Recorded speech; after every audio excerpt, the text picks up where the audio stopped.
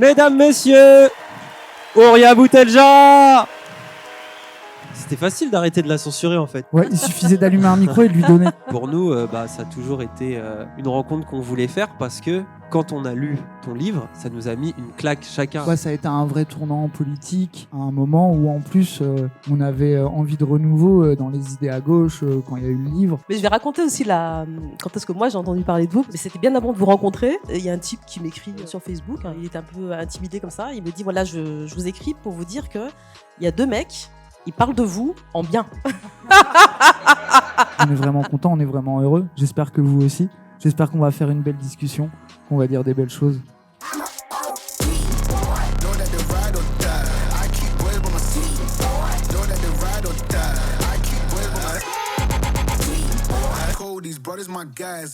Est-ce que cette soirée va faire un article valeur actuelle ? C'est la question qu'on se pose. Au moins un petit tweet d'Enthoven.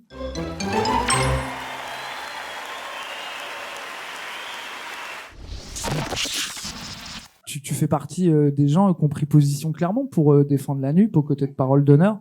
Tu regrettes ta décision ou pas ? Ah non, pas du tout. Non. Mais il se trouve qu'il n'y a rien de contradictoire entre être dans l'autonomie et soutenir la NUPS, par exemple. Puisqu'en fait, nous, quand on a lancé le PIR, on a élaboré un programme, des principes, une stratégie politique. Dans cette stratégie, il s'agissait pour nous de créer une force politique indigène, clairement autonome, avec son contenu, son orientation, mais également, on ne perdait pas de vue qu'il fallait une politique d'alliance.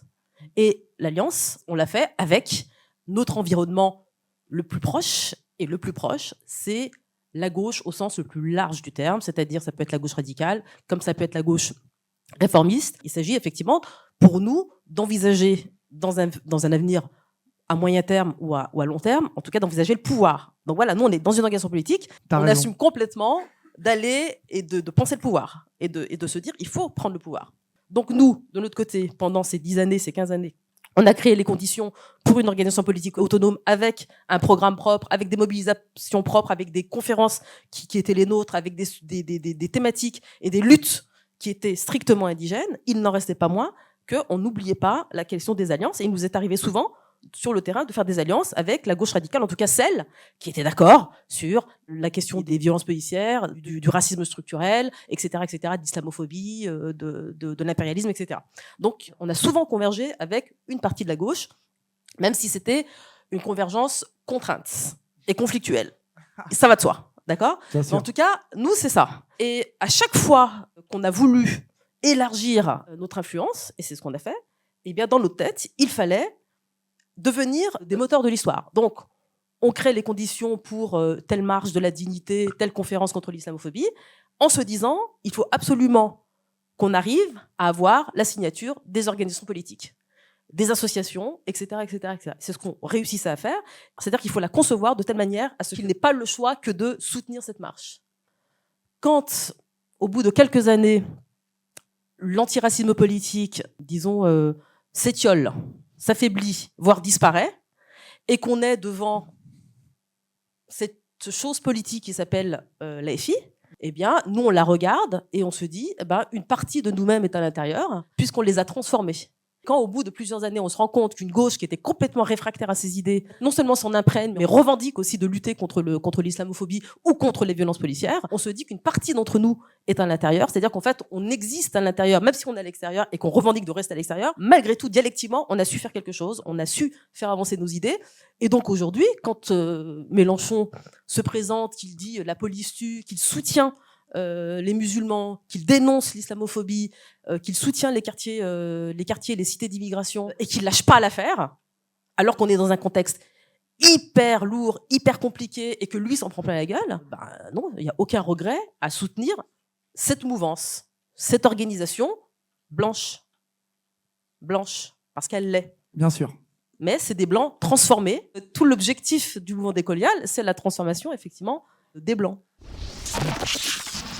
On s'est rendu compte, c'est pour ça qu'on parle avec toi ce soir, que tu fais partie des personnes qui nous ont donné le plus d'outils pour parler aux gens et pour leur expliquer des choses, et notamment par rapport El Famoso, les petits blancs. Cette ironie, c'est toi qui nous as offert des moyens de parler aux nôtres, de parler aux autres petits blancs. Et même de nous penser, j'ai envie de te dire. De se penser même comme blanc aussi. Et quand j'ai lu ton livre, tu parlais aussi de moi. Une partie de ce que tu décris a été ma vie dans la campagne ouvrière et prolétaire, et personne dans mon camp politique ne m'a offert ce moyen de penser-là, et c'est toi, à travers ton avis sur les banlieues, qui a plein de cas différents, qui m'a donné une petite ficelle à dérouler pour aussi comprendre ça et aussi retrouver une identité, et même, comme tu l'as dit souvent, du retour de la dignité, en fait. On te vend comme quelqu'un qui sépare les gens, qui crée des oppositions, qui crée des rancœurs, alors que t'es la penseuse qui permet le plus de réconcilier les gens. Les beaufs et les barbares. Et les beaufs et les barbares. C'est-à-dire qu'en fait, si tu veux abolir la race, il faut abolir le racisme et donc les catégories, donc celle de la blanchité et celle de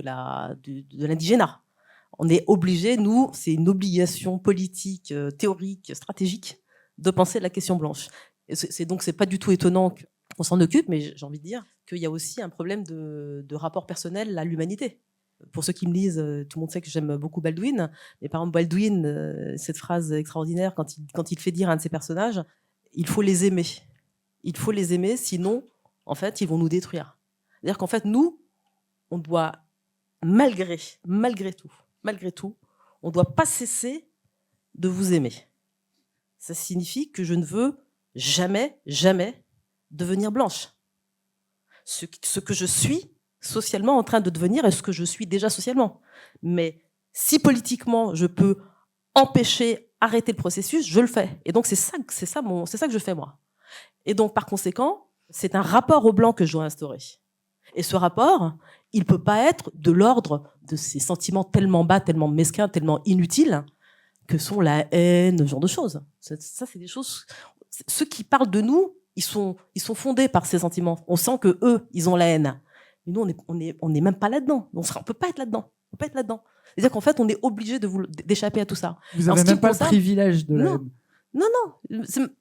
Je sais même, non, c'est même pas un privilège.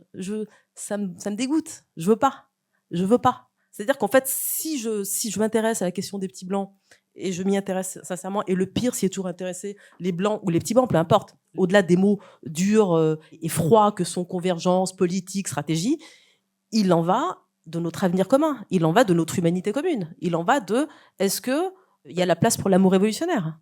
Et donc moi, mon problème avec les blancs, c'est justement que je dois m'empêcher de dégringoler avec eux. Et moi, je veux pas dégringoler. Je veux être à la hauteur de l'héritage de mes ancêtres. Voilà, c'est ça que je veux. Les petits blancs, c'est pour moi ceux qui ont le moins d'intérêt à la collaboration de race avec la bourgeoisie. C'est-à-dire qu'en fait, il y a les petits blancs, il y a les moyens blancs, il y a les grands blancs. Alors les grands blancs, ils ont intérêt, la bourgeoisie ou les classes moyennes, ils ont plus d'intérêt à la collaboration de race, un intérêt matériel. Les petits blancs sont ceux qui ont le moins d'intérêt.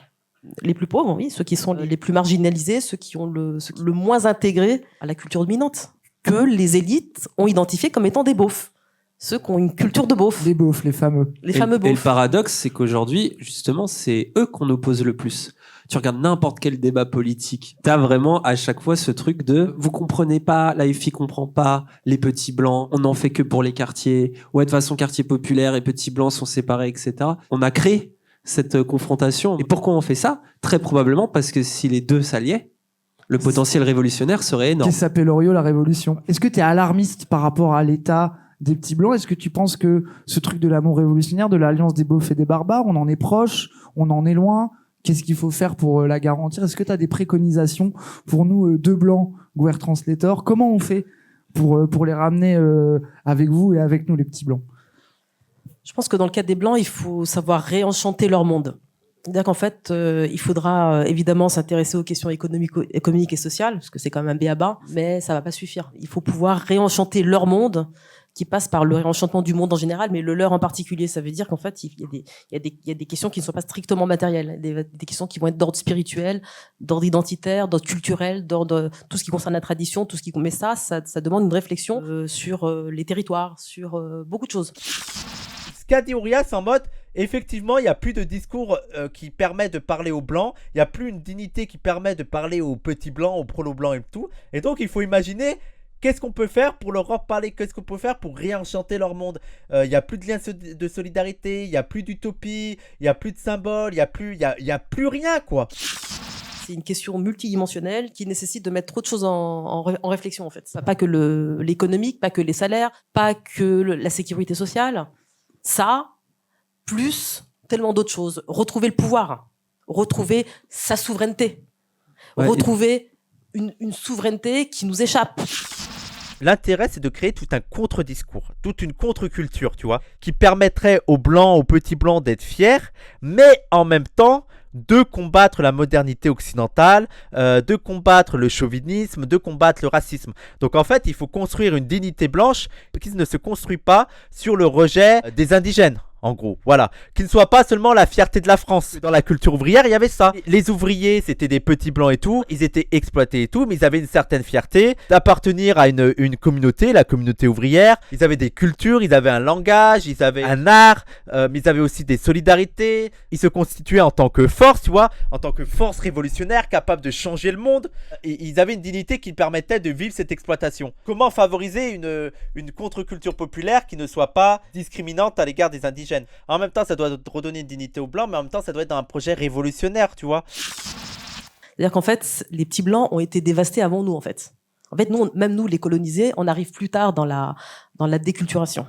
Ce qu'on a aujourd'hui et qu'on essaye de sauver à travers l'islam, à travers les traditions, à travers un tas de choses, c'est ce que les petits blancs ont perdu. Et donc, d'une certaine manière, il y a un trésor que nous, on garde, qui est perdu pour eux. Alors, moi, je veux bien qu'on dise, il y a des identités, il y a des cultures, mais elle est où la tradition? Ils sont où les chants? Elles sont où les danses? Elle est où l'identité? Elle est où la religion? Elle est où la spiritualité? En réalité, ce qu'a fait l'État-nation en 200 ans, c'est vraiment d'assécher l'individu, le groupe, d'aspirer tout ce qu'il y avait à l'intérieur de lui, toutes ses richesses, et de ne lui offrir en échange. Et c'est pour ça que moi, je parle d'un espèce de pacte faustien avec la nation. Les classes populaires blanches, elles ont eu en échange un certain niveau de vie, des droits et la blanchité. Ouais, c'est quelque chose, c'est un pacte, c'est un package sec. Il n'y a rien dedans. C'est de la blanchité et la fierté d'être blanc. Et un souvenir plus ou moins lointain d'avoir été. Et en face, des indigènes qui, malgré tout, se tiennent debout et fiers dans leur religion. Alors moi, je peux en dire le plus grand mal des expressions de cette religion, parce que je pense qu'il y a plein de choses à en dire par ailleurs, mais il n'en reste pas moins qu'il y a une force comme ça qui se dresse et qui n'est pas inventée. Elle est réelle. Il y a quelque chose de beau.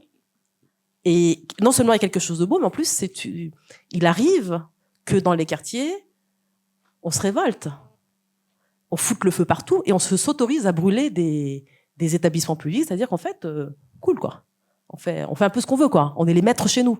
Il y a quelque chose de cet ordre-là qui fait qu'on s'autorise des choses dont j'ai le sentiment que les petits blancs ne le font pas. Ils s'autorisent pas à faire ce genre de choses. Je dis pas que c'est bien, c'est mal, mais c'est comme si, et moi je lis l'épisode des Gilets jaunes comme le moment où ils se sont autorisés à faire la même chose quelque part. Ils sont redressés. Là, oui, il s'est passé quelque chose, mais il y a une culture à reconstruire. Il y a une dignité autour d'une culture qui doit échapper au dispositif national racial. Et donc, pour retisser du lien à la fois avec le passé, le présent pour un avenir, ça, moi je sais que les forces en présence, les forces réelles en présence, c'est celles qui vont tirer le levier de la race. Ce que tu dis tout à l'heure, c'est-à-dire la possibilité d'une alliance, d'une convergence, elle a toujours existé. Elle existait depuis les années 80 et toutes les forces politiques qui n'étaient pas encore fascistes, elles ont tout fait pour désagréger cette possibilité, pour empêcher tout ça, l'antiracisme moral par exemple, qui a été perçu par les générations de petits blancs auparavant comme effectivement un privilège qu'on donnait aux indigènes. Mais c'était pas un privilège, pas du tout. En apparence, ça fait privilège. En réalité, c'est une manière d'empêcher toute possibilité révolutionnaire. D'accord? Donc, en fait, il y a cette espèce de... On se regarde en chien de faïence avec cette idée, enfin, du côté blanc, que effectivement, il n'y en a que pour les indigènes, alors qu'en fait, il y a un jeu du pouvoir qui est derrière. Il n'en reste pas moins que l'attrait de la blanchité est quand très fort quand il n'y a rien pour compenser à côté. D'où la question, qu'est-ce qu'il y a sous le blanc? Là, en fait, ils sont un peu à la croisée des chemins. C'est-à-dire, soit ils essayent de raccrocher avec cette culture populaire, soit ils se font absorber. Mais pour quel projet? Le seul projet, c'est virer les étrangers. Ouais. Franchement, c'est pas très exaltant. Bah oui. Pas très Bah oui. exaltant. Une première piste, mais c'est peut-être quelque chose qu'il faudra qu'on discute avec Louisa, en vrai. Parce que c'est un peu Louisa Yousfi Qui est là. qui a écrit, qui est avec Qui est en nous. haut. Achetez le livre Restez barbare Voilà. de Louisa Yousfi. Vous pouvez y aller les yeux fermés, surtout faut soutenir. Et justement, moi, je vois que ce que en tout cas, j'ai un peu essayé de penser, où j'ai vu beaucoup d'autres s'arrêter. Et j'ai l'impression que maintenant, on a cette culture commune qu'on se partage et qui va dans un certain sens. Et ça pourrait être intéressant aussi de se dire qu'est-ce qu'on est en train de construire aussi ensemble pour échapper à ce manque d'identité. Parce que qu'est-ce qu'un blanc de campagne comme toi, un blanc comme moi qui était plutôt en banlieue, et je sais pas, quelqu'un comme Nordine, je te cite, tant pis pour toi. Qu'est-ce qu'on a en commun? Bah, je sais pas, les jeux vidéo. On animés. parle de Kingdom Hearts, on a les larmes aux yeux. On parle de Dragon Ball, on a les larmes aux yeux. Le Tu vois, rap. on parle aussi. de rap, on a les larmes aux yeux. Et pourtant, on n'a pas forcément grandi dans les mêmes contextes, ni, tu vois, en vivant les mêmes choses. Mais on se retrouve autour de ces Sauf choses-là. que pour la gauche, c'est futile. On a C'est une l'impression culture d'une pas cer- légitime. Elle est pas aussi. légitime, elle a l'air futile. Mais qu'est-ce qu'on en fait? Est-ce qu'il y a un truc à dérouler à travers ça? Si toi, t'as un mot à dire là-dessus. Bah moi, ce qui me frappe peut-être aussi, c'est quelque chose encore plus ignoré que ce que vous dites, c'est à quel point les indigènes aiment la culture française. Que ce soit la littérature ou la chanson, ou d'autres classiques, peu importe, il y a vraiment un grand attachement de la part des indigènes, toute génération, à la culture dont tu as parlé tout à l'heure, c'est-à-dire Brassens par exemple, et d'autres. Hein, je veux dire, peu importe, mais en tout cas, il y a un attachement et des générations qui ont hérité de ça en fait, et qui la font hériter à leurs enfants. Et ça, c'est quelque chose encore plus ignoré que ce que tu dis. C'est-à-dire qu'on sait l'attrait des blancs pour la culture du rap, on sait moins l'attachement des indigènes, toute génération, à la culture française en général. Je pense que tout le monde s'en doute, dans notre public, il y a énormément d'homosexuels, énormément de LGBT de toute forme et de toute taille. Hein. Et justement, la plus grande injustice, à mon avis, qu'on t'ait faite, c'est le discours sur l'homosexualité. Nous, on a envie d'en parler avec toi. Qu'est-ce que tu as envie de dire là-dessus ce soir? Première chose extrêmement claire, on n'est pas une organisation qui lutte contre l'homophobie. On l'a jamais été, et jusqu'à preuve du contraire, on sait pas dans nos projets. On commence à s'intéresser à la question des femmes, et on n'est pas une organisation féministe. On est une organisation décoloniale, et cette question-là, on la prend en compte dans un univers qui est le nôtre, et qui, d'abord, doit échapper à ce que j'ai dit tout à l'heure, aux blancs. Première chose. Alors, on s'intéresse à cette question, enfin moi en tout cas, si je m'y suis intéressée, c'est essentiellement pour deux raisons. La première, elle concerne l'ensauvagement des indigènes. La seconde, elle est d'ordre stratégique. Donc il y a deux raisons qui font que moi, je vais m'intéresser à la question sexuelle, au sens général. Alors, la première, celle de l'ensauvagement, moi ce qui m'inquiète, c'est pas tant la question de la libération des homosexuels telle que vue dans la gauche blanche ou chez l'LGBT, c'est la question de la corruption des indigènes à l'intérieur du monde blanc. La corruption générale. Cette corruption, elle a un synonyme qui est intégration. C'est le beau mot pour dire corruption. C'est-à-dire s'intégrer à l'intérieur des États, toujours impérialistes, toujours colonialistes, qui volent, qui pillent, qui nous permettent le niveau de vie qui est le nôtre. Donc en fait, on s'en nourrit. Ça, j'appelle ça l'intégration. Donc on est à l'intérieur du monde blanc, dans une situation inférieure. Il n'en reste pas moins qu'on est des profiteurs, là où on est. Ça s'appelle l'intégration. D'accord ? Ayant dit tout cela, une dimension de cette corruption, c'est comment le colonialisme nous a rendus globalement homophobes depuis l'histoire coloniale. Comment un phénomène qui n'existait pas ni en Afrique, ni dans les mondes musulmans, ni en Amérique latine, c'est-à-dire sous sa forme hétérosexiste, qui est un phénomène nouveau même en Europe, 18e, 19e siècle. Bien. Comment cette chose qui s'appelle homophobie nous a atteints? Comment nous, on est devenus homophobes? C'est ce que j'appelle notre ensauvagement, mais je peux prendre d'autres exemples d'ensauvagement. Celui-ci s'en est un. Donc moi, ma question, c'est que je constate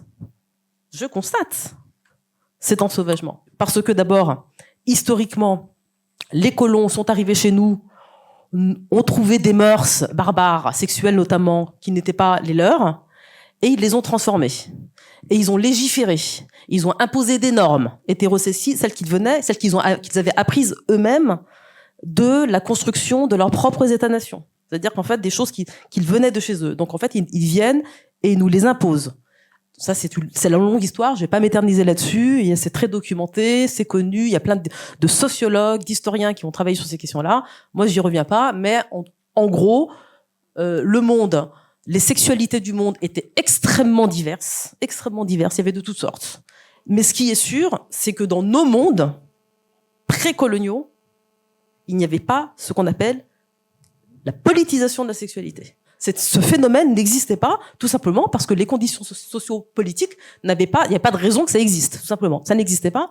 Et la plupart du temps, c'était même pas un problème. C'est pour ça que d'ailleurs, c'était pas identifié parfois comme tel. Bon, ça se pratiquait, ça existait. Il y a beaucoup d'écrits, des textes dans les mondes musulmans. Je dis pas de l'islam, mais dans des écrits sur ces pratiques-là, sur la sexualité, sur l'érotisme, etc. Bon, des formes qui appartenaient à ces mondes-là, qui ont été détruites. Mais après la destruction, commence l'ensauvagement. C'est-à-dire qu'à partir du moment où des normes hétérosexistes s'imposent chez nous, c'est-à-dire dans nos pays, eh bien là, progressivement, parce que ça devient structurel, parce que nos États post-indépendance ont copié les États-nations français, ils ont tout copié, les normes, etc. Et donc en fait, ils ont pas rejeté l'héritage, notamment hétérosexiste. Au contraire, ils l'ont approuvé, que ce soit par rapport aux homosexuels et par rapport aux femmes. Et donc, nous devenons. Et un nouveau monde naît de ça. Alors, un nouveau monde qui naît douloureusement. Très douloureusement. D'où l'émergence aussi de l'islam politique, des formes politiques dures, mais qui reviennent de loin. C'est-à-dire qu'en fait, elles sont dures, mais c'est un besoin des sociétés de se reconstruire. La manière dont elles se reconstruisent, c'est leur problème. Il n'en reste pas moins que c'est sur un modèle hétérosexiste, mais qui fait sens pour eux, pour des peuples dominés. Je parle pas de la France, je parle des États-Unis, je parle pas de l'Australie, je parle des peuples dominés qui se reconstruisent sur des bases considérées comme étant les leurs. Et donc, ce que nous, on voit surgir en France, à travers l'islam, à travers le voile, et c'est pour ça que moi, je me suis toujours opposée aux féministes, pour pouvoir le défendre, pour pouvoir le défendre, elles ont dit, mais c'est un acte féministe. Leur corps leur appartient, donc elles portent le voile. Mais c'est tout sauf ça.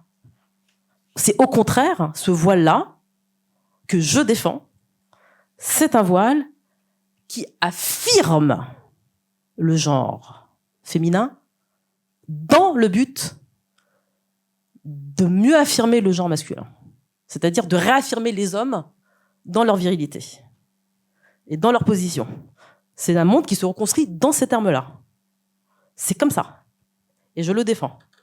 Et donc, ce monde-là, tel qu'il se reconstruit à partir d'abord d'un socle qui a été détruit, donc qui se reconstruit et qui se reconstruit de manière qui se croit authentique. Parce que quand il se reconstruit en disant ça a toujours été comme ça depuis l'époque du prophète, moi je sais que c'est pas vrai.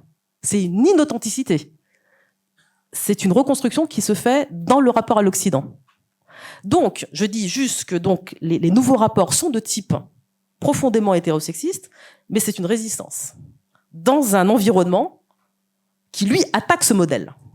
C'est compliqué, tout ça. Donc, on a des formes fragiles, d'un point de vue décolonial, à préserver.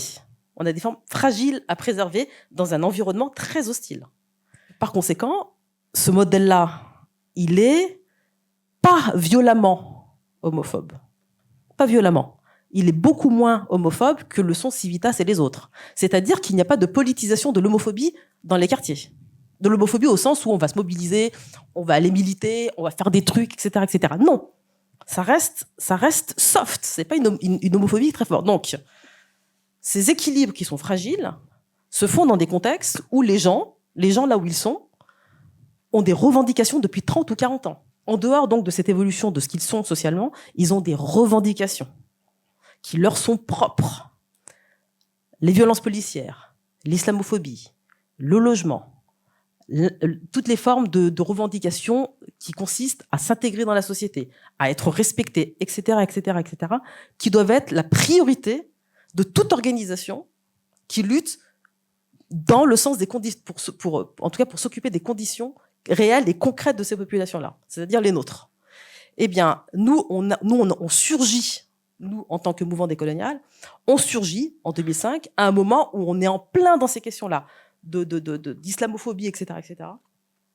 Et là, eh bien, on se retrouve au cœur de vents contraires, de violences, de tensions, etc., et d'idéologies de gauche qui arrivent au-dessus de nos têtes et qui nous disent il faut libérer les femmes, il faut libérer les homosexuels, il faut ci, il faut ça. Eh bien, ma position, la position du pire depuis le début, a été de dire que tout ce qui vient de l'extérieur et qui ressemble étrangement à ce qu'on a connu par le passé, de type, c'est-à-dire des injonctions civilisationnelles, à prioriser des choses qui ne sont pas demandées par les gens, à les prioriser par rapport à tout ce que je viens de dire, et d'imposer des priorités qui viennent de l'extérieur, ça produit de l'homophobie, ça produit de la violence envers les femmes, etc., etc. Ça produit de l'ensauvagement. C'est-à-dire qu'en fait, que font les gens ? Ils se crispent. Et au contraire, tout à l'heure, j'ai commencé par vous dire, c'est une homophobie qui est soft, qui n'est pas une homophobie de lutte et de combat. Notre problème à nous, c'est qu'elle ne doit pas le devenir.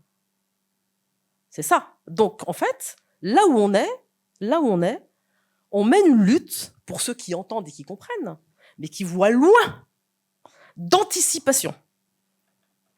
C'est-à-dire qu'en fait, on pense qu'il faut protéger ces espaces-là. En fait, on pense qu'il faut comprendre les priorités et qu'il faut aussi ne pas penser que les homosexuels à l'intérieur de nos communautés, ce sont des bébés phoques.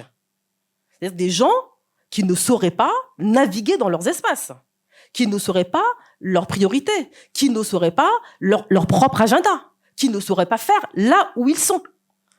Or, il se trouve, et c'est là la difficulté, et donc c'est une difficulté qui est aussi la nôtre, qui est que la majorité des homosexuels, la majorité, et pas tous, la majorité choisissent, dans ce contexte-là, l'invisibilité.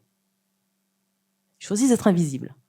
Et puis, il y en a des autres, c'est-à-dire une minorité, de chez nous, une minorité qui, elle, parce qu'il y a une proposition française de la gauche, c'est-à-dire qu'il y a une offre qui est faite aux homosexuels, qui est celle de la gauche, celle de devenir LGBT. Elle existe. Et donc, il y a des indigènes de chez nous qui font ce choix-là.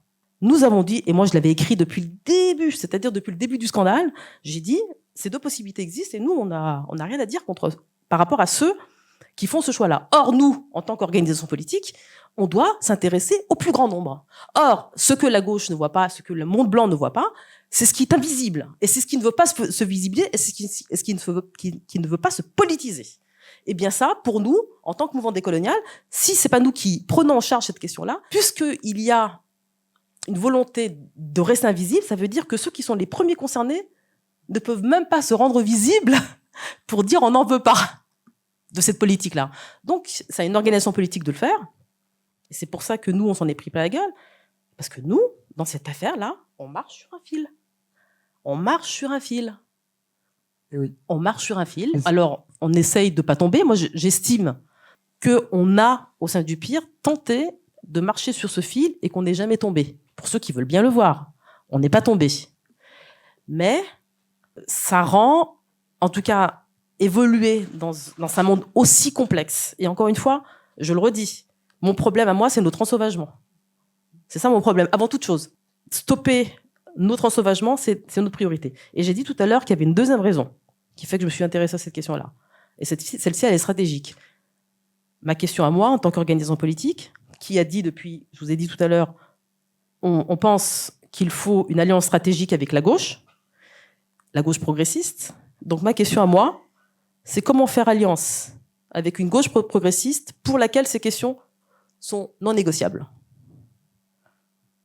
Donc il s'agissait, dans nos textes, de dire, et finalement les Gilets jaunes, beaucoup plus tard, nous ont donné raison, il va falloir que vous, gauche, vous acceptiez vos partenaires tels qu'ils sont.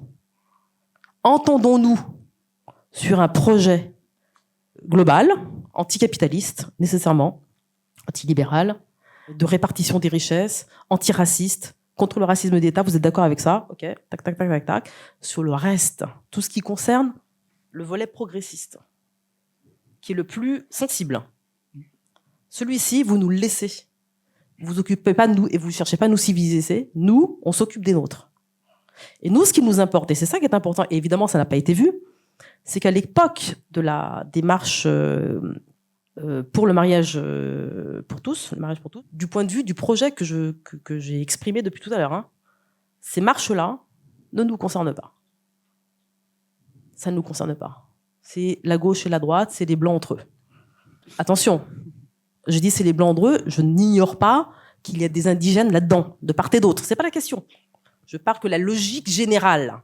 Les indigènes sont restés dans les quartiers. Ils n'ont pas bougé. Ce qui prouve que pour eux, c'était pas leur question. Et donc nous, ce qu'on a exprimé par rapport à la gauche, c'est qu'on n'était pas là pour empêcher l'avènement du mariage pour tous. On a dit qu'on n'allait pas lutter contre. On n'allait pas s'y opposer. On a dit, c'est pas notre affaire. Ce qui est très différent. Je repense à une fois, j'avais vu dans une vidéo de Babson qui parle justement de Corée, et j'avais vu une vidéo de lui où je crois, je sais plus, c'était dans son chat, et il y avait quelqu'un qui disait ouais, tu penses quoi? Est-ce que t'es polyamoureux? Tu penses quoi du polyamour? Et je crois il dit non, moi je suis plutôt exclusif, machin, voilà. Et c'est en mode ouais, t'en penses quoi et tout. Et il fait je sais pas, j'ai pas d'avis. Et après il dit par exemple, mais moi par exemple je connais la polygamie. Si je me mets à vous parler de ça, vous allez angoisser. Et j'ai trouvé ça très précis comme remarque. Je sais plus exactement comment il l'avait tourné, mais ce truc aussi de quand il s'agit de polyamour, alors là, on est au sommet de la modernité. Par contre, tu parles de polygamie, et tout de suite, là, c'est... Ah non, mais là, c'est terrible. C'est un truc... Bien sûr. Tout. Et je crois qu'il a dit... Non, mais par exemple, moi, j'ai une de mes tantes, a dit, mais c'est bien que mon mari il ait plusieurs femmes, parce que comme ça, je suis tranquille. Je suis indépendante. Bah oui. Moi, j'ai une anecdote par rapport à la polygamie. J'étais en Allemagne, j'intervenais dans une conférence, et c'était après la polémique en France sur les LGBT. Et donc, donc mon homophobie avait traversé les frontières. et donc j'arrive en Allemagne, je crois que c'était à la Humboldt Université, et j'étais traduite par une Sénégalaise, donc celle qui traduisait en allemand. Et donc j'ai été interrogée dans la salle sur la polémique, sur qu'est-ce que je pensais des homosexuels, tata. J'ai dit ce que j'avais à dire. Et donc la copine sénégalaise, à la fin de la conférence, elle me fait mais ils nous font chier avec leurs histoires de sexualité, d'homosexualité. Elle dit, moi, dans mon village, au Sénégal, j'ai grandi dans un village, notre voisin, il était polygame. Donc, il avait 4 femmes, et sur les 4, il y avait un homme. C'est magnifique. Et elle dit, mais on s'en foutait. On s'en foutait. Et là, on est devant. C'est ça le truc terrible. C'est ça le truc terrible par rapport à l'histoire que je viens de vous raconter tout à l'heure. J'ai pris le temps de tirer le fil de l'histoire pour comprendre. C'est-à-dire qu'aujourd'hui, et ça a toujours été le truc qui me révolte le plus, c'est qu'on est devant des juges.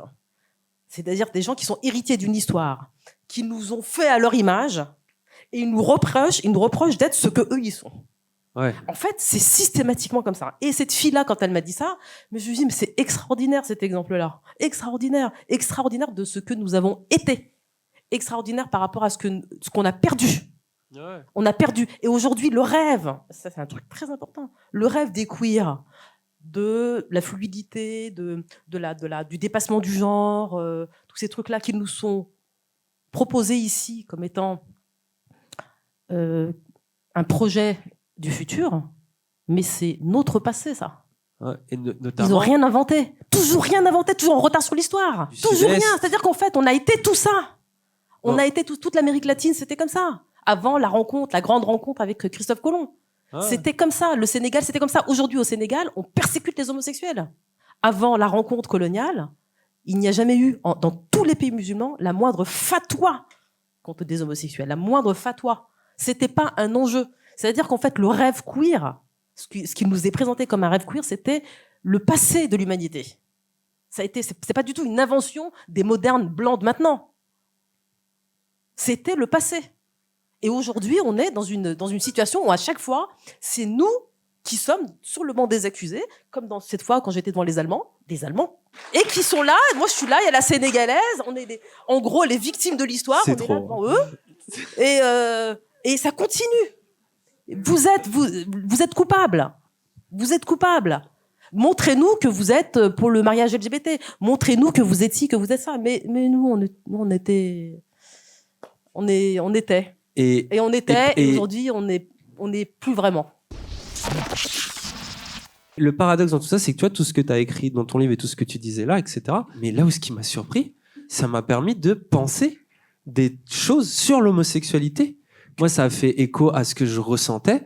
Pour nous, les homosexuels, c'était à la télé.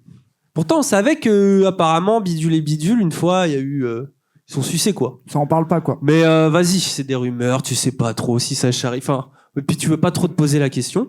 Et quand j'ai commencé à arriver dans ma vie dans des milieux sociaux plus blancs, notamment à l'université, à la fac, etc., j'ai découvert ces questions-là, je me suis passionné. Quand j'ai découvert un peu ma bisexualité et tout, j'ai pu y aller avec une certaine facilité. Je me disais, tiens, mais moi, je peux jouer de ça. Cette injonction à la représentation, c'est trop bien, il faut qu'on se montre pour être fier, etc. Alors moi, j'y ai participé, mais objectivement, j'avais tout à y gagner à le faire. Joseph Massaad, qui est un universitaire américain d'origine palestinienne, qui a écrit un excellent livre qui s'appelle Desiring Arabs. Il parle de ces questions-là, la sexualité dans le monde arabe. Et c'est une œuvre majeure. Et donc Joseph Massaad, et qui est en fait palestinien. Et donc il vient du monde arabe, il a grandi dans le monde arabe, il est homosexuel. Mais il ne s'est jamais identifié comme tel, mais il est homosexuel. Et donc en fait il arrive aux États-Unis, à peine il met le pied aux États-Unis, que la première question qu'on lui pose, c'est de savoir quelle est son orientation sexuelle. Et donc, il arrive dans un pays, c'est-à-dire qu'en fait, il arrive, je sais pas, à 30 ans, pendant 30 ans, dans le monde arabe, l'affreux monde arabe. On lui a jamais posé la question. Il a vécu sa vie normale. Il arrive aux États-Unis, il faut qu'il s'identifie. Et là, pour lui, c'est une claque. C'est pour ça qu'il écrit ce livre. Il dit, mais la question de l'identification, la question de la politisation de ces questions-là, il a compris que là où il était, ça paraissait quelque chose de normal et d'universel. Donc c'est là où nous on intervient. Normal pour les États-Unis, oui. Normal pour la France, oui. Parce qu'on sait l'histoire des homosexuels en France et en Europe. On sait comment ils ont été traités pendant la Seconde Guerre mondiale. On sait comment ils ont été persécutés. Donc on comprend bien l'émergence d'une figure en rapport avec son environnement politique immédiat. Mais lui qui venait de Palestine, qui arrive aux États-Unis, il dit, mais qu'est-ce qu'ils ont ? Qu'est-ce qu'ils ont, en fait ? Pourquoi c'est si important ? Donc, j'imagine qu'il comprend très bien pourquoi c'est important, comme moi je le comprends aujourd'hui. C'est pas la question. Simplement, ça l'oblige tout d'un coup à réfléchir sur la question de l'universalité de cette question. Et donc, on parle bien de l'identification. Le fait de parler des identités sexuelles. Donc les identités et non pas la sexualité. Et ça a été un truc de ouf en 2013 quand on a fait la distinction entre identité sexuelle et sexualité. Personne comprenait. C'est-à-dire que quand on arrive avec cette question-là en 2013, on a perdu des amis proches. On a perdu des amis, des gens très proches de nous, qui nous ont fait la guerre, qui nous ont traités de fascistes, juste parce qu'on a dit, il y a la sexualité, il y a les identités. Et les identités, elles émergent forcément dans un contexte spécifique. Et vous ne pouvez pas universaliser. C'est ça qu'apporte le mouvement décolonial. C'est la politique de situation. La politique de situation. Et donc, lui, il arrive et il est identifié, donc, comme homosexuel, chose qu'il n'avait jamais fait jusqu'ici. Et donc, il écrit ce livre qui est devenu une œuvre majeure pour comprendre justement la différence entre la sexualité et les identités sexuelles. Et ça, c'est très important, et notamment dans le cadre du monde arabe. Et pour revenir à la question de la visibilité, moi, je pense effectivement qu'il y a une tyrannie de la visibilité, mais qui ne concerne pas simplement les homosexuels. Bien sûr. Qui concerne les hétérosexuels indigènes.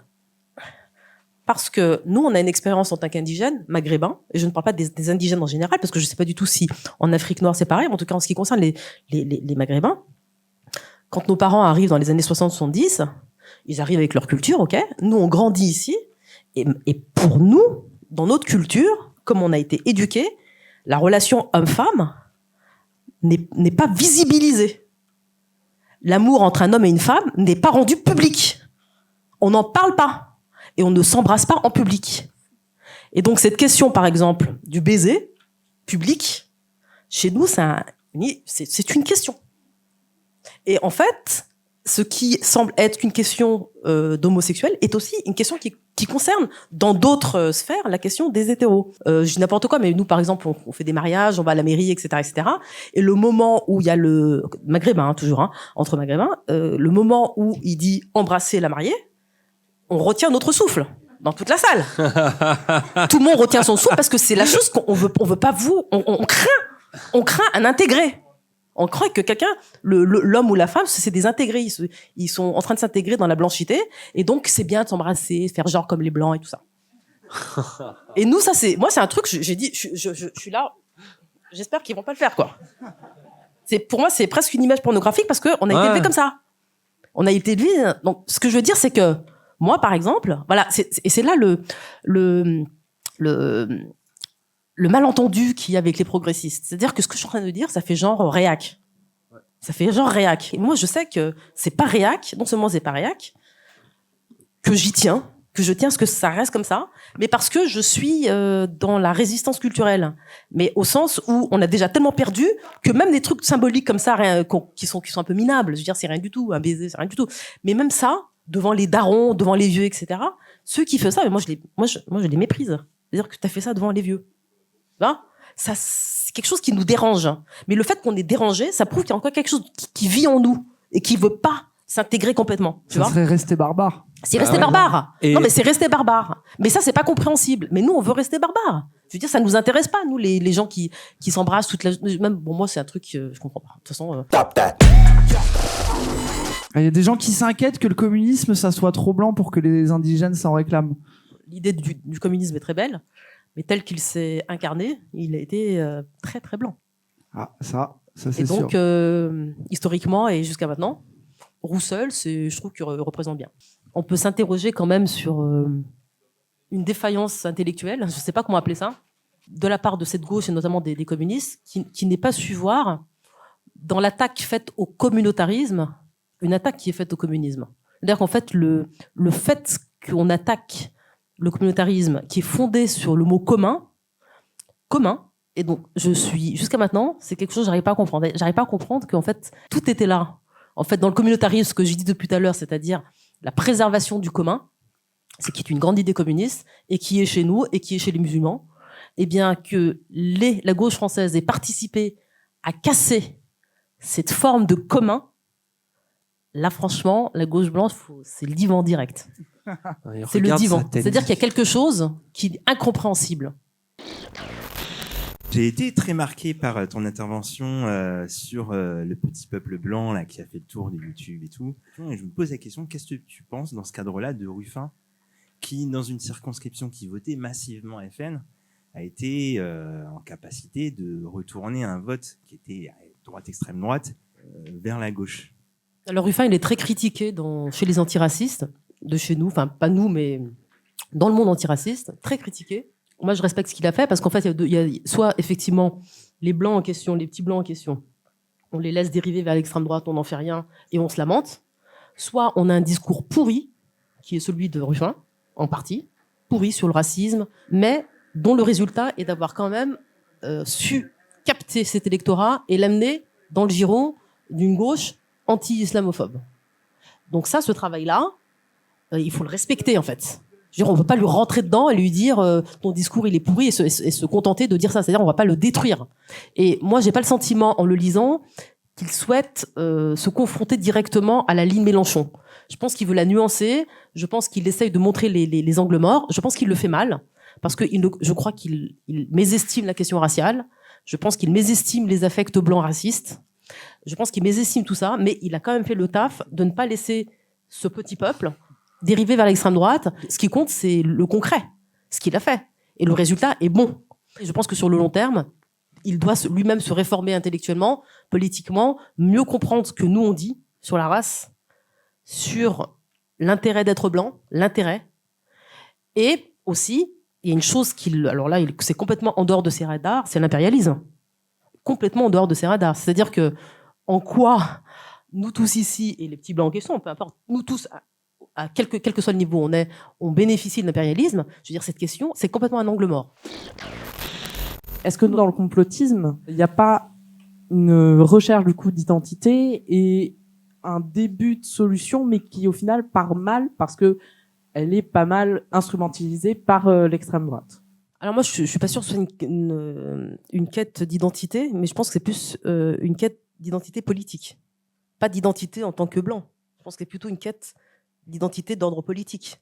Moi, je pense que c'est une quête de vérité, en fait. Le complotisme. Je pense que les gens qui sont dans le complotisme, ils ont besoin d'appréhender le monde dans lequel ils sont et ils ont besoin d'atteindre des régimes de vérité, en fait, qui leur échappent. Et à juste titre, le complotisme a quand même des racines qui sont objectives, qui est qu'en fait, on nous cache la vérité. Non, mais je veux dire, je le dis comme ça de manière un peu provocatrice, mais je veux dire, les médias aux ordres sont des médias qui escamotent la vérité. Et donc, en fait, ça vient déjà de ce rapport qu'on a avec les médias, avec le politique, qui, effectivement, depuis 30, 40 ans, en fait, nous promène en bateau, en fait. Hein. Moi, je le comprends. Et c'est pas que les Blancs qui sont complotistes, les indigènes le sont tout autant.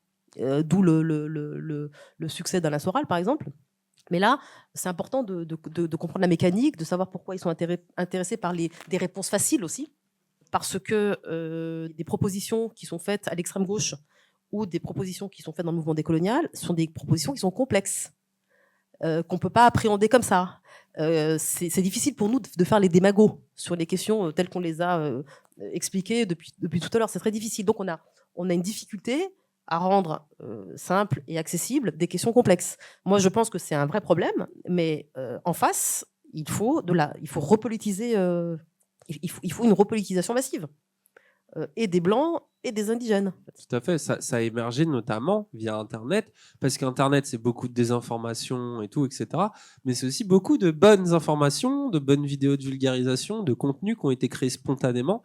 On a fini par avoir une forme d'esprit critique aussi, avec le complotisme. Et beaucoup d'anciens complotistes qui ont commencé par Soral, aujourd'hui, par exemple, ils nous le disent. Ah, j'écoutais Soral il y a 5 ans, 10 ans, et aujourd'hui, ils écoutent Wissam. Bon. Qui écoutait Soral. Non. Moi, il me semble qu'il y a aussi une jouissance de l'impuissance devant le complotisme. Je crois que c'est vraiment, il y a quelque chose qui est de ce type-là. On produit notre propre impuissance. C'est tellement énorme, il y a tellement trop le système, il est tellement ficelé qu'en fait, on est des victimes, on peut rien faire. Et c'est vrai que ça, c'est confortable pour celui qui veut pas militer. Celui qui va être derrière son poste et faire des machins, c'est hyper confortable parce que militer, c'est ingrat, c'est chiant, ça demande une abnégation, ça demande du travail, et puis c'est pas rentable immédiatement. Et je pense qu'il y a quelque chose qui est de cet ordre-là. Il y a le constat que le monde pue la merde, et le monde pue effectivement la merde. Et face à ça, il y a une demande de réponse. Et comme vous avez dit, l'avantage du complotisme, c'est qu'il y a des réponses un peu simplistes. Les élites, les juifs, les Illuminati, genre il y a un dominant qui est facilement identifié. Et donc moi j'ai l'impression que on perd un peu de ça dans la gauche et dans tous les mouvements en rupture avec l'ordre dominant, c'est que on est trop dans un souci de complexité parfois et que on perd un peu le sens tactique de simplifier quelques rapports. Et on le voit notamment par exemple avec la question, tu vas parler de ça, du sionisme. Avec le sionisme, genre, nous, on est les décoloniaux. Il y a un truc simple. Le sionisme, c'est un État colonial. Et il y a une relation simple. Il y a des colons, il y a des colonisés. Simple. Après, tu peux aller dans la complexité. Mais pour te placer, je pense que parfois, on a besoin de simplifier un peu les rapports. Et je pense qu'on a un peu tendance à perdre cet intérêt tactique et aller trop dans la complexité, notamment pour atteindre, on va dire, les masses. Les trucs donc c'est la l'ONU et de proposition d'élus de la NUPES qui propose d'identifier, de qualifier Israël d'État d'apartheid. C'est ça. Et il faut déjà, moi je trouve que déjà ça saluait ça par rapport au passé.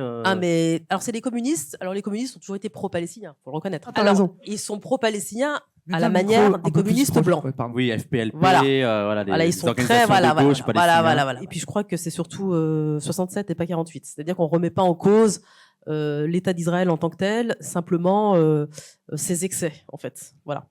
Et le fait qu'il colonise la bande de Gaza, etc. Mais l'État en tant que tel n'est pas remis en cause. Donc ça, c'est pour le Parti communiste. Mais bon, on va dire qu'ils sont plutôt pro-palestiniens de manière générale.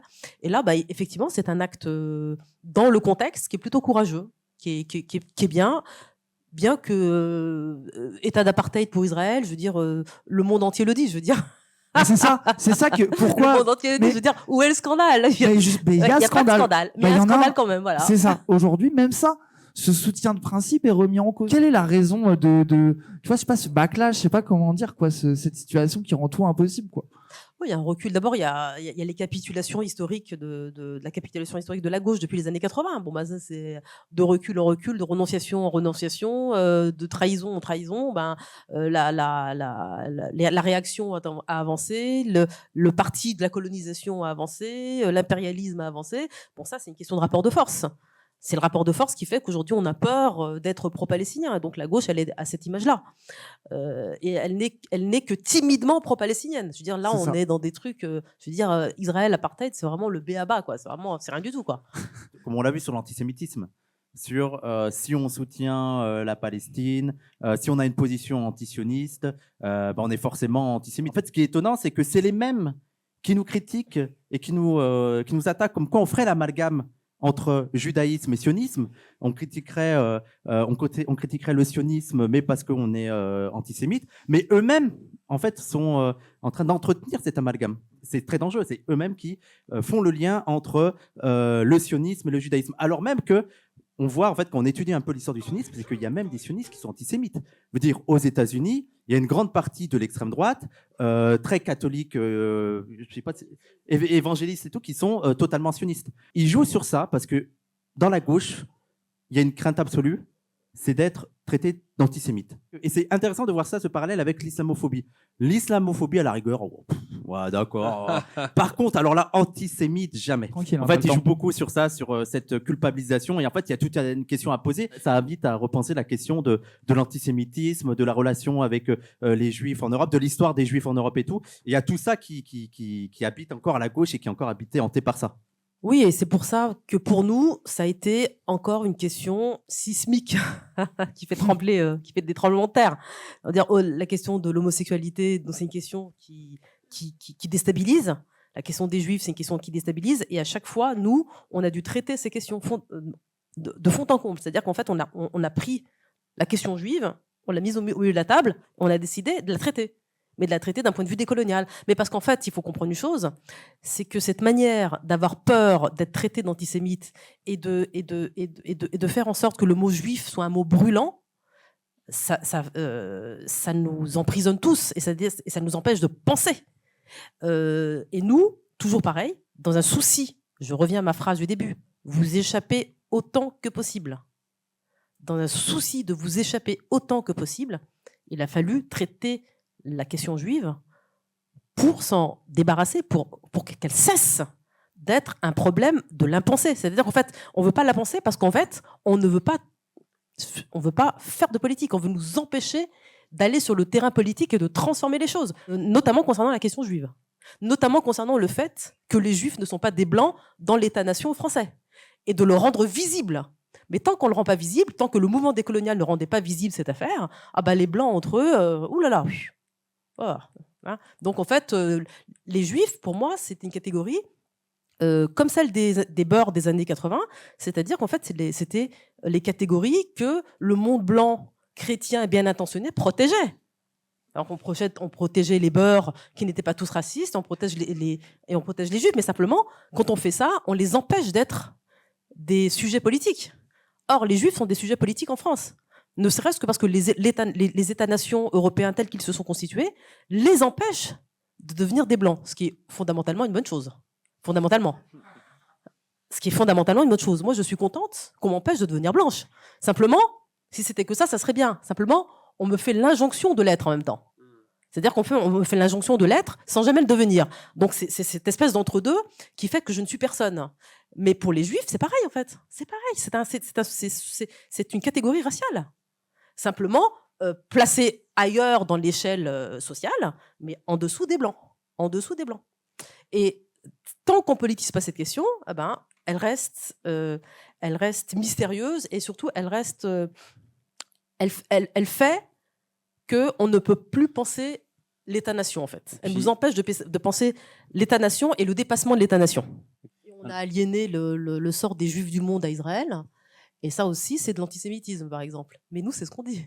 On dit dire les Juifs sont sionistes ou sont nécessairement en soutien à Israël et ne pas rompre ce lien, c'est de l'antisémitisme. c'est précisément de l'antisémitisme. C'est-à-dire qu'en fait, les juifs, de partout, il faut les prendre à partir de leurs revendications politiques, à partir de ce qu'ils disent être ou ne pas être. Mais les aliéner comme ça à un État, alors que pour la plupart, et historiquement, ils n'en voulaient pas, c'est précisément de l'antisémitisme, et ça produit l'antisémitisme. Parce que justement, on les lie à un État d'apartheid. Aussi, le mot antisioniste, pour beaucoup de gens à gauche, il est lié à Soral.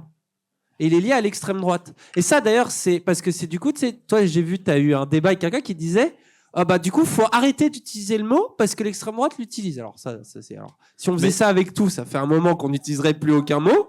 Donc, déjà, quel aveu d'échec. Mais surtout, au-delà de ça, c'est vrai que c'est un vrai truc qui préoccupe beaucoup les gens à gauche, qui est de se dire non, mais je trouve ça aberrant. Je veux dire, l'antisionisme, c'est quelque chose qui n'est même pas français. Je veux dire, déjà, c'est des Palestiniens eux-mêmes.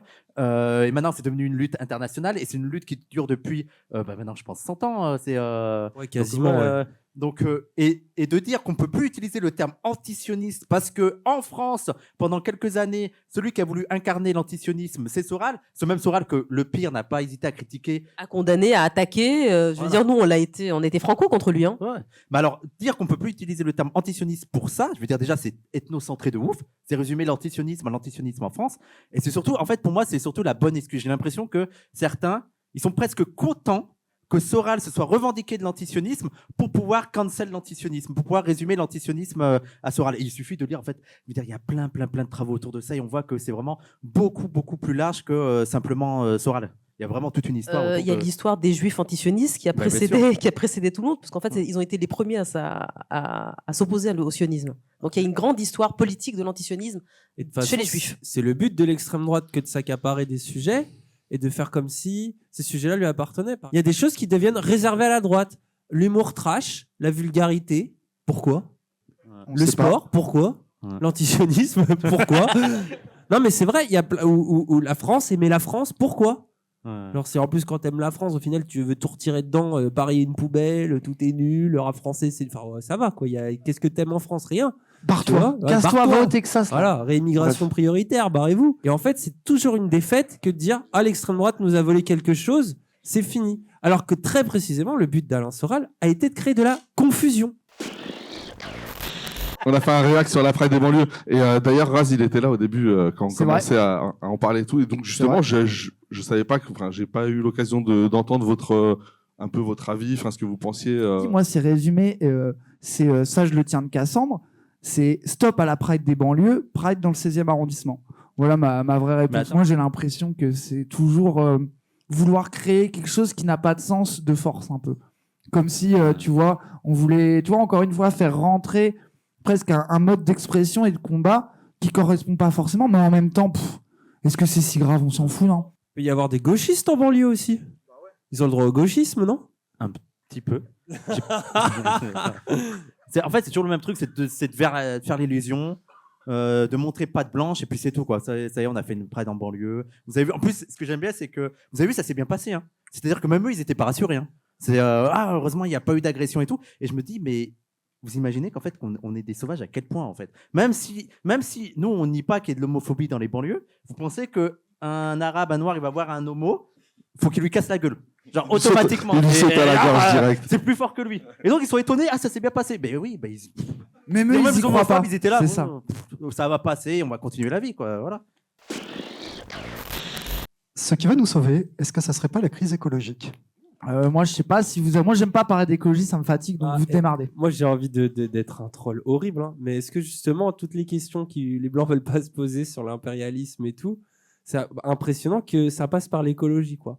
Faut sauver la planète, oh là là machin. Mais alors dès que tu parles de du coup, il y a quoi au Congo, il se passe quoi au Congo, il se passe quoi en Chine, etc. Alors là.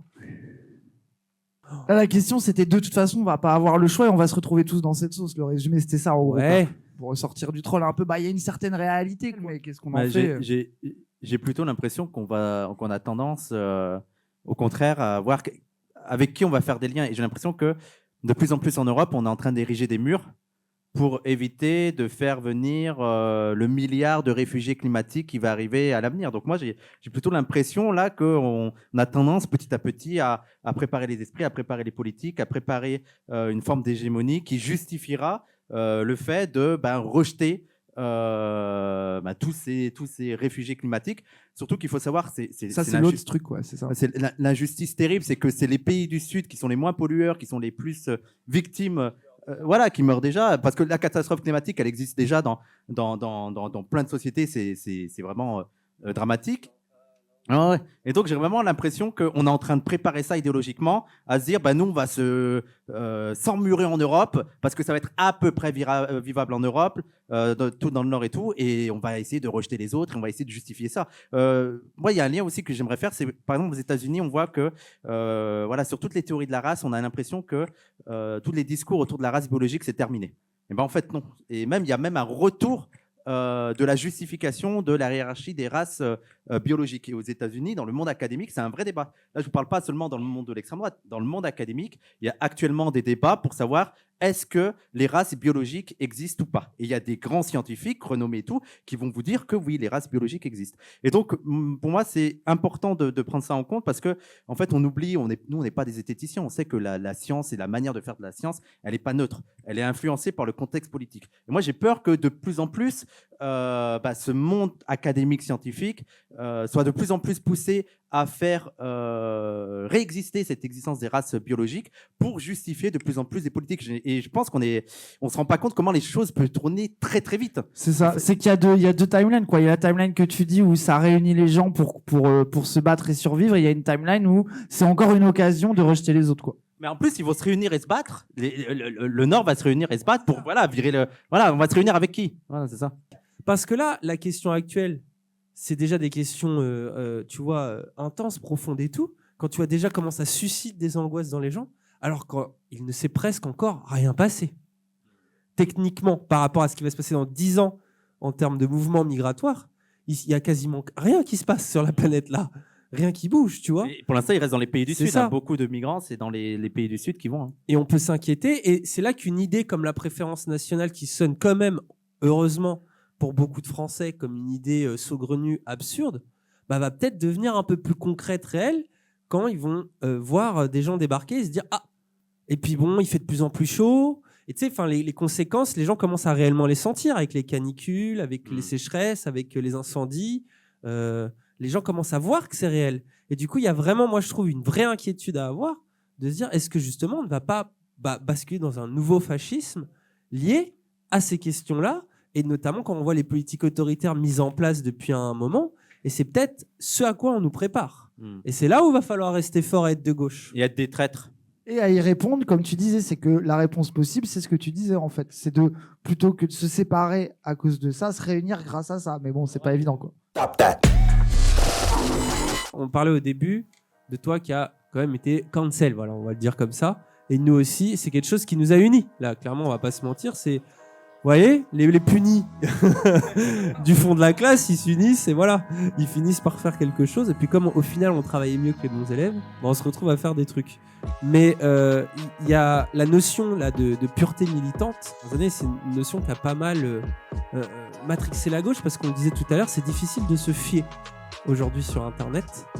Et je trouve ça intéressant que des figures, modestement comme nous, mais aussi comme toi, tu vois, reviennent un peu sur le devant de la scène, etc. J'ai l'impression que les gens sont moins dans la recherche de pureté militante, mais plus dans une recherche de cohérence, tu vois. Et j'ai l'impression que c'est ce que ton parcours, il marque. J'ai l'impression que c'est ça qui fait aussi qu'on va dire, ok, bon, peut-être, il y a des trucs, je comprends pas tout, il y a l'air d'avoir des dramas, il y a l'air d'avoir des polémiques que j'ai pas suivies, etc. Mais il y a une forme de cohérence. Et du coup, on a envie de se fier, et de constance. Et je pense que c'est ça aujourd'hui, les gens cherchent moins des militants purs et parfaits, mais des militants qui vont être cohérents sur un temps long. Et j'ai l'impression que c'est ce que tu incarnes. Et voilà, c'était la conclusion que je voulais faire. Qu'est-ce qu'ils sont gentils.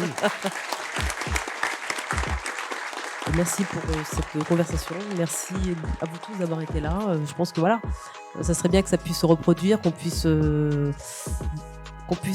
s'élargir en fait. Il faudrait qu'on puisse gagner du terrain, qu'on puisse être plus fort. On le sera tous ensemble, séparément et ensemble. Voilà.